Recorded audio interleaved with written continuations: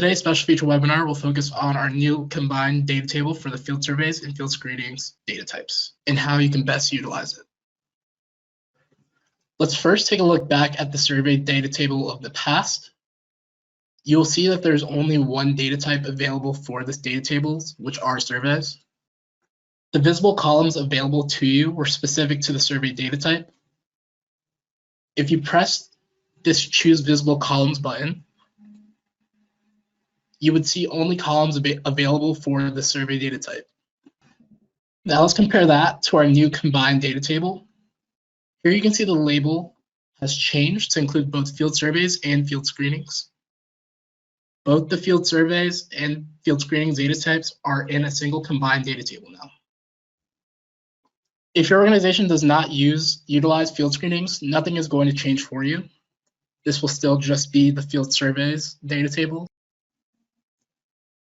If your organization does use field screenings, you'll want to make sure the field sample and field sample type columns are visible to see which data points in this table are actually field screenings. Once again, to make those visible, select the Choose Visible Columns button.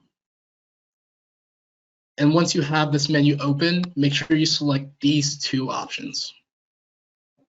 Now that we have gone through the differences in our new data table, I will take you through creating field surveys. Entering survey information remains unchanged. To view, create, and edit all field surveys and screenings, select the name section under the tab. From the field survey/screenings page, you can only create or upload surveys. To do this, select the green Create Survey button to open the creation form. Enter all general information in the proper sections. As a reminder, when filling out all creation forms, please note that the fields marked by a red asterisk are mandatory, while the rest are optional, but still highly encouraged. If you continue down the form, you will see that other sections include instrument details and reading details. In the reading details section, select your radiation type as well as enter the value of your survey. Make sure to select the corresponding value unit for your survey. Enter as much information in the remaining fields as possible. Again, these fields are not mandatory, but the more information that you enter, the better. You can attach photos or other files here as attachments as well to give more details.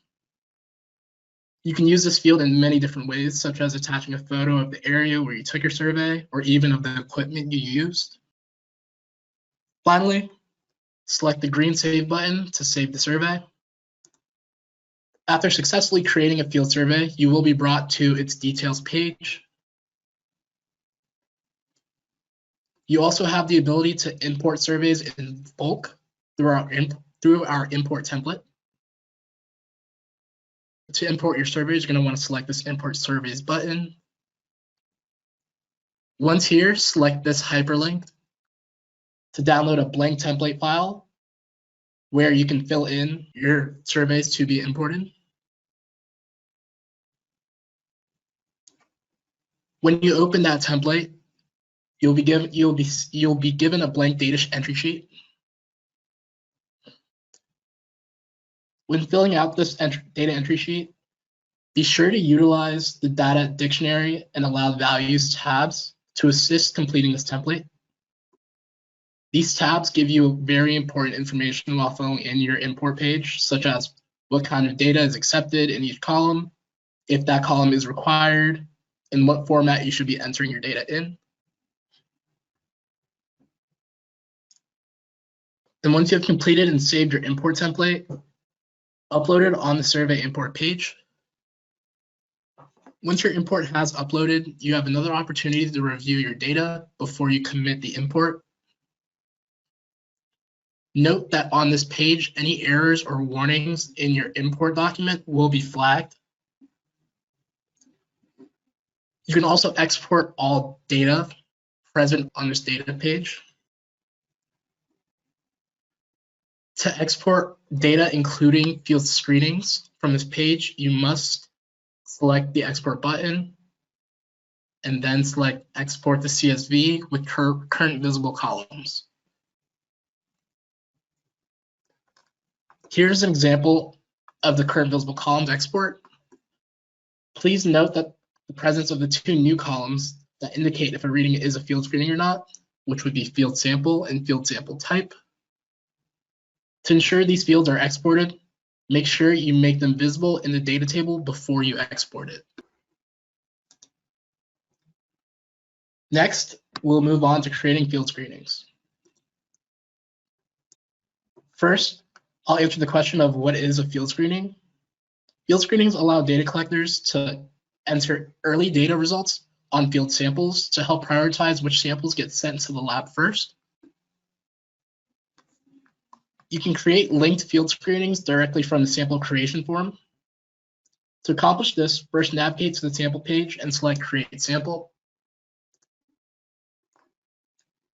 Next, you'll complete the form as usual until you reach the field screening section. Once here, select the Add Field Screening button and complete the form. You will soon be able to create linked field screenings directly from the sample creation form in the mobile app as well.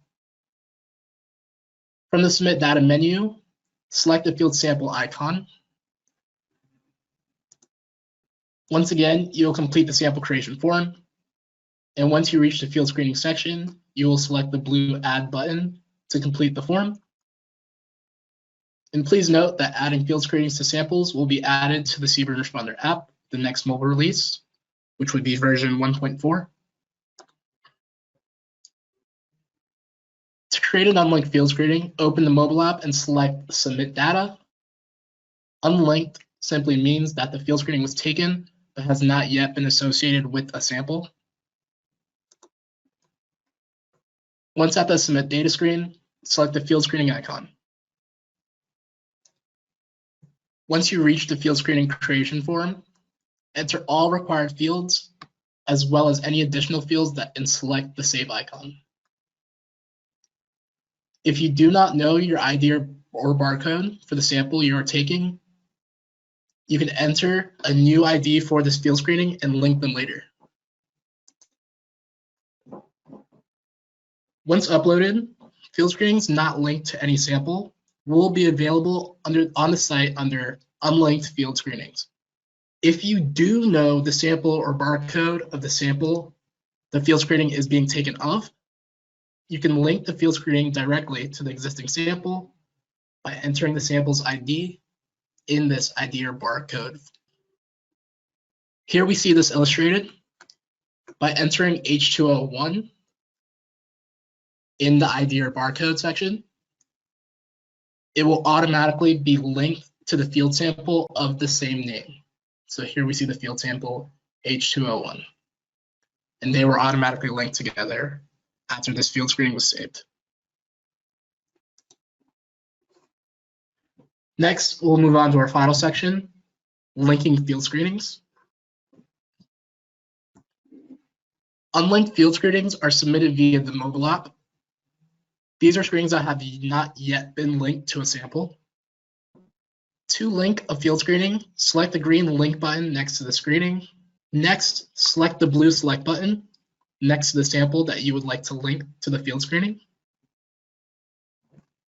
Note that you can search for the sample ID or barcode to quickly find the sample if you want to link. This helps especially if you have a large list of samples. Once selected, press the green Continue button. Please note that once you have linked a field screening, it will be removed from this list. To view the linked screenings, go back to the field survey and screenings page and ensure the field sample and field sample type columns are enabled. If you want to view only field surveys and screenings that are associated with a sample, open the filters and use the Assign Sample filter.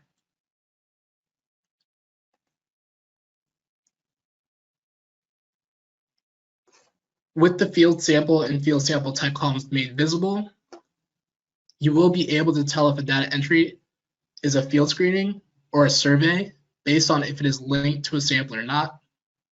As we see here, because of these columns, we see that these 3 data entries are linked to samples, so they are field screenings, whereas the rest of this list are not linked to any samples, meaning that they are just field surveys. And as a final reminder, if you do not utilize the field screening data type, then nothing will change for you. You can leave the field sample and field sample type columns disabled to see your survey readings just like you always have.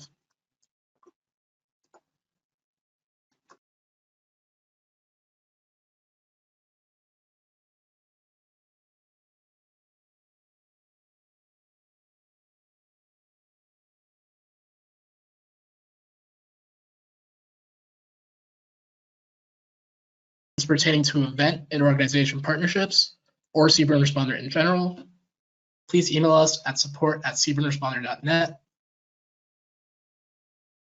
And if you have any questions on this webinar, please reach out to us as well.